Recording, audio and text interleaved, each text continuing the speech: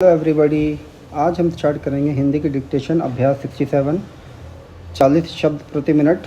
शुरू करेंगे। स्टार्ट। अध्यक्ष महोदय, मैं आरंभ में ही निवेदन कर दूं कि जहां तक किसी भी नियोजन का सवाल है, मैं अनुभव करता हूं कि उसके बिना किसी भी मुल्क की उन्नति नहीं हो सकती। इसलिए मैं सबसे पहले नियोजन में अपनी पूर्ण आस्था प्रकट करना चाहता हूँ।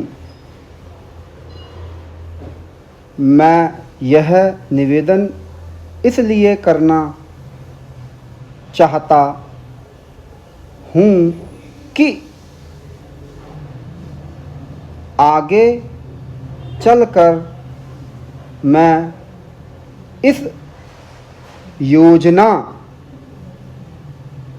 का जिस शक्ल में कि यह बनाई गई है, विरोध करना चाहूँगा।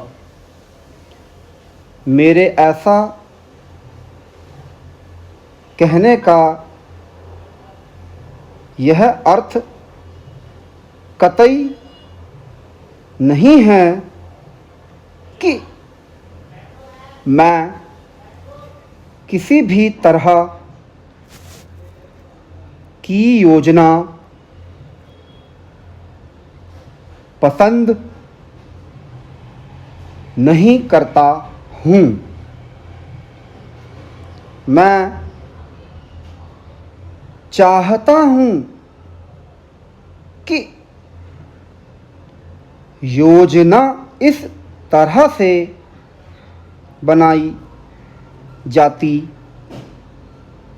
जिससे देश के नागरिक में उत्साह पैदा होता, उनमें यह बल आता कि वह अपने देश के नवनिर्माण में लग सकते। द्वितीय पंचवर्षीय योजना समाप्त होने के बाद लेकिन वह बल, वह उत्साह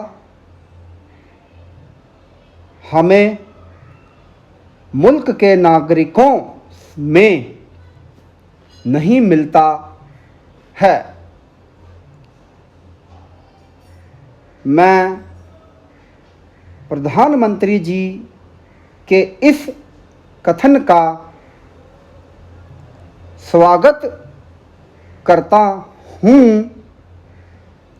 कि 42% जो राष्ट्रीय संपत्ति की बढ़ोतरी हुई, उसकी जांच पड़ताल की जानी चाहिए। लेकिन साथ ही साथ मैं एक दूसरी बात कह देना चाहता हूँ कि इन दोनों योजनाओं में हमारे लक्ष्य पूरे नहीं हुए। खास तौर से द्वितीय पंचवर्षीय योजना में खाद्यान्न, इस्पात तथा कोयले के उन लक्ष्यों की पूर्ति कैसे नहीं हुई, इस बात की जांच के लिए भी सरकार को तैयार रहना चाहिए और यह जांच सरकार की किसी कमेटी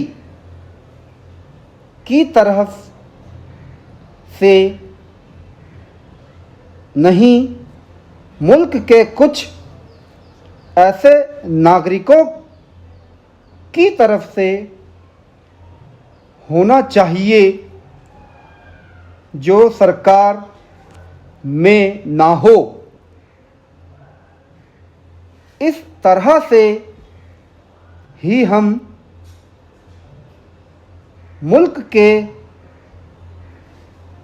नागरिकों में विकास पैदा कर सकते हैं। अगर लक्ष्यों को पूरा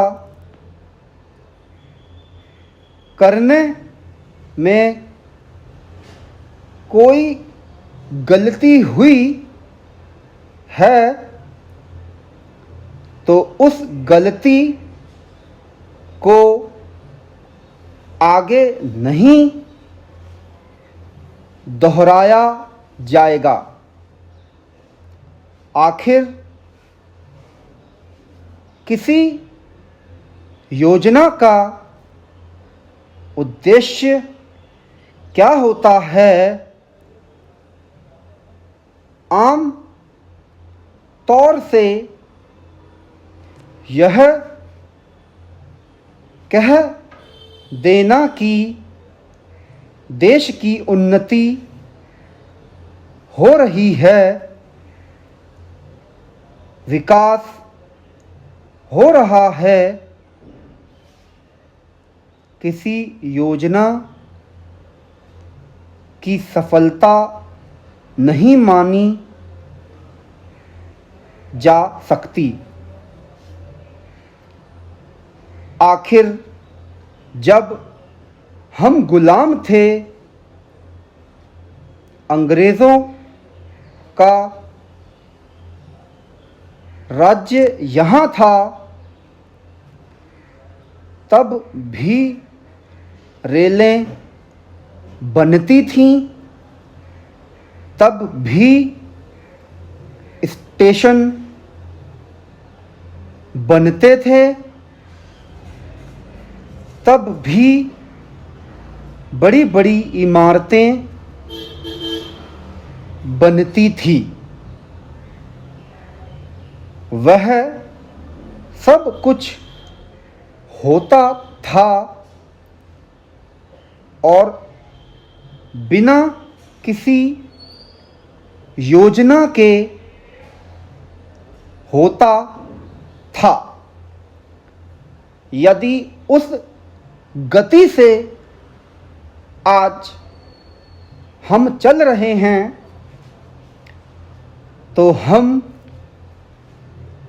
नहीं कह सकते कि जो हमारी योजनाएं